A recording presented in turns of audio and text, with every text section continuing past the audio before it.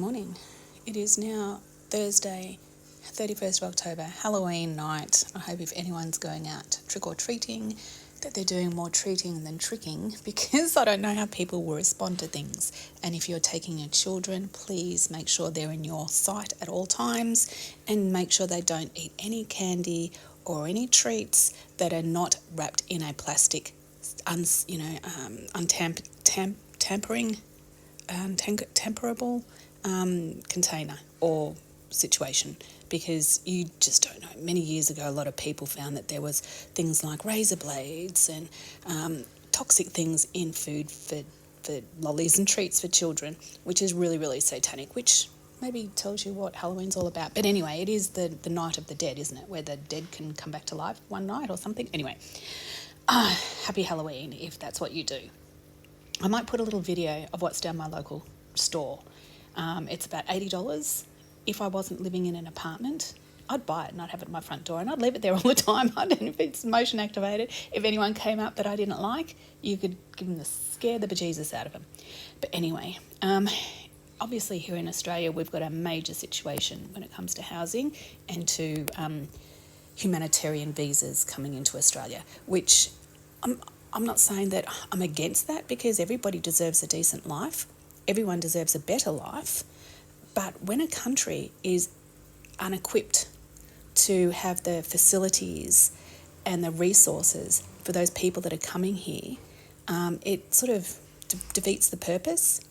It's as it's said, you have a big gallon of water, and that's enough to feed lots of plants, lots of animals, lots of human beings for a certain amount of time. But if you put one drop of toxin in that water or poison, you have to throw all of that water away. It is not sustaining of life for anything. So I put that scenario here in Australia. We don't have enough homes, we don't have enough infrastructure, we don't have enough hospitals, we don't have enough schools. But then I sound like a broken record, because there's so many countries and nations around the world that are in exactly that same scenario. We'd be worse if we had, easy pathways for people to get here. If they could get in here by anything other than a plane or a fancy boat, we'd be in the same situation as in Ireland, in England, and part of EU, and of course America, because they're just going straight across the link between. But anyway, this is also, it's not going to be on about inflation or anything, because that's absolutely insane. Just look at my video for the debt clock. It's just crazy. No one's talking about it. People have got their head either in the sand or up their rear ends. Nobody wants to know what's going on. It's quite scary, because they're all economists and they're people that, are meant to be finding this type of evidence and data and using it into their logical and their educated mind analysis on the way the economy works. I don't have any of that. I just look at common sense and I see what's going on and what doesn't make any common sense. Does that even make sense? Sorry. But anyway, so this is coming up. It's finishing soon. It'll be finished on the 7th of November, so it's got about a week to go. It's in Johannesburg and Cape Town and all of these places that, have had, a lot of... when I say social dysfunction, I'm meaning the native title claims, which is what's happening in Australia and New Zealand. I'm not so much in the UK, because it's such an old place, and they are the native title. They are the native. Maybe that's what the people in England need to do. They need to put in native title claims for parts of the land, and then they can get all the illegal immigrants removed. That's what they need to do. Hey, there you go. You find a solution with somebody else's problem. See what I mean? That's where you got to think. But here, that is the funeral march. Australia visa and immigration were number one that they're talking about. Brought to you by Sable International. Let's have a look at them later, hey? But yeah, so Australia is number one. And if our government is saying that they're going to hinder and stop and reduce immigration, they're lying, because all they do is they class the visitors under different categories. So they say, yes, we've only got this number of international students and we've only got this number of permanent residents, so we're under.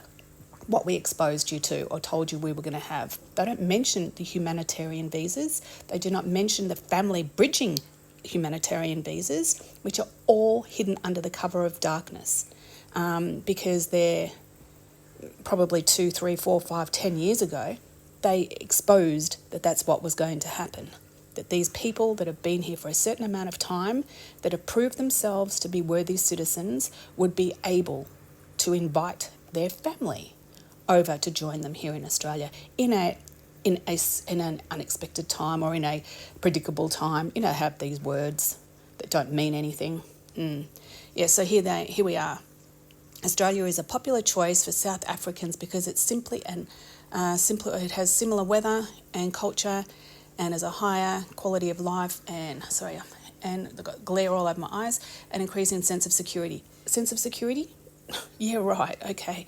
At least we do have machetes, people with machetes. What am I talking about? But we also have the government that use pepper spray and rubber bullets.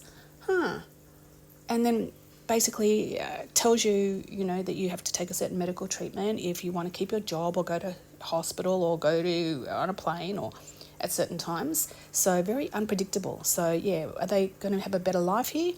And it wasn't that long ago when all of that was happening, all the apartheid was happening. And I will see if I can put the link where the South African lady is saying that the South African, and this is where you've got to think of where it's headed. The South African government was heading towards socialism, full-on 100% socialism, and they were encouraging all of the native people, so the true South African people, to take their priorities and take their land back, and to shoo the white man off. And once again, it's that whole, native title claim thing. And, she said in the video, if you are a white person in South Africa, doesn't matter if you're born there, they don't call you South African. You are still an intruder. So whatever insurance you had, it's gone. Your private health that you thought you'd been paying for your security in your old age, gone. Your house that you paid for, gone. Everything that you thought you owned or you put money into or worked for, it's all gone. And if we don't stop this government, that is the socialist that's headed this way. So it's a communist, socialist, Marxist type regime. And now to find that they're trying to encourage these people to come to Australia, is that because are they going to be the people that are going to be insurgents that are going to start all of that here? Or say, it's not too bad. It happened to me in South Africa, but look, I'm over here now. Don't you worry about me, man. It's all good. And they sound like they're spitting when they talk. They speak so aggressively, the South Africans and the Afrikaners. But anyway, I don't know. So Sable International can assist with advice around all aspects of Australian migration. So when you migrate, you go somewhere, you don't plan on going back home, including skilled, employer-sponsored partnership, parent and dependent visas. So there you go, parent and dependent visas. See, once again, they're saying you come over there as a skilled migrant, and you have your job that says, yeah, we need you. And we have so much rare earth minerals, companies starting here, and they are all, once again, it's all a honeypot of money and corruption between the Australian government and the US government, with all these treaties and deals and backdoor contracts that they've done that are unbinding and some are binding. And they're giving money left, right and centre to Australia. And then the Australian government is saying, we're giving it to these places a $5 million bonus. No, all you're doing is you're cherry picking how you're funding these institutes and these businesses. It's all a corruption. It's all a scam. And you know what I mean about a scam. A scam is a scheme. A scam is a scheme. And a scheme is a coordinated effort from a group of people to deceive or steal money or assets. Okay. So the UK is another popular destination for South African immigrants, and around 247,000 are living there. Sable International. So here we go. You can book your 15-minute consultation here. Wow. 15 minutes, you can find out whether or not. And don't forget, here in Australia, you have enough money, you can buy residency here. You can backdoor all of this. Just put your money in some government agency and they'll have a friend somewhere that they need to pay back because they've got some dirt on them. So it's all right. I've got some sucker over in South Africa that's going to pay $2 million into your business so we can get that stuff up and running so you can pay all your debts off and you can start stealing some assets. Yeah, don't worry, mate. Thumbs up. It's all under control. Yeah, and look at the government that we have now, the Prime Minister that buys a multi-million-dollar house, lies about upgrading tickets with Qantas, and is using taxpayer money to funnel to upgrade the road to his residency. Well, all I can say is we all know where he lives. We have his address. If you have a dog that has a really, really big appetite and needs to go and, do its business somewhere, there's a nice place that you can go for a walk. It's got great views of the beach. Yeah. And it's got a really nice road that you can drive your car down on to take your dog there to do his business. Sounds great, doesn't it? Has he ever thought about that? No, because he doesn't care. Okay, so studying abroad. So, of course, now we get into the international, my students, which has become a real issue here in Australia. And I don't want to sound callous or mean or racially motivated. I care about I'm for the Australian people. And there's a big difference between being an Australian and being an Aussie. An Australian is someone that lives here, that has permanent residency. They may have become an Australian citizen. But if they do not have the lifestyle and the mind process that an Australian person has, that's very caring and compassionate, but loyal, then they'll never ever be an Aussie. There is a difference between the two, a huge difference. But anyway, so study and pay college sports in the US. So the US is targeted as well. Offshore real estate. Wow, here in Australia we're supposed to stop the international, we're one of the few Western countries where you can live somewhere else in the world, have no ties to Australia at all, but buy shitloads of property here and leech off our tax system and take homes away from the local people. So if you have no plans to leave South Africa, an offshore property investment can provide a hedge and foreign currency incomes in euros, pounds or dollars. Many South Africans want to invest offshore but have no idea on how to start. So now these organisations like this Sable, they're not just trying to move you physically, they're trying to get you to move your assets internationally because they know that the world's crumbling. So they need to get someone else to put some sticky tape on there, and they're going to use these poor South Africans as the sticky tape or the glue or the Velcro because it's easy to rip off. And it leaves very, very minimal residue information. Crossover finances and taxes, I won't go into that and how it all works. So tell me what you think. Do you think that I'm being an alarmist?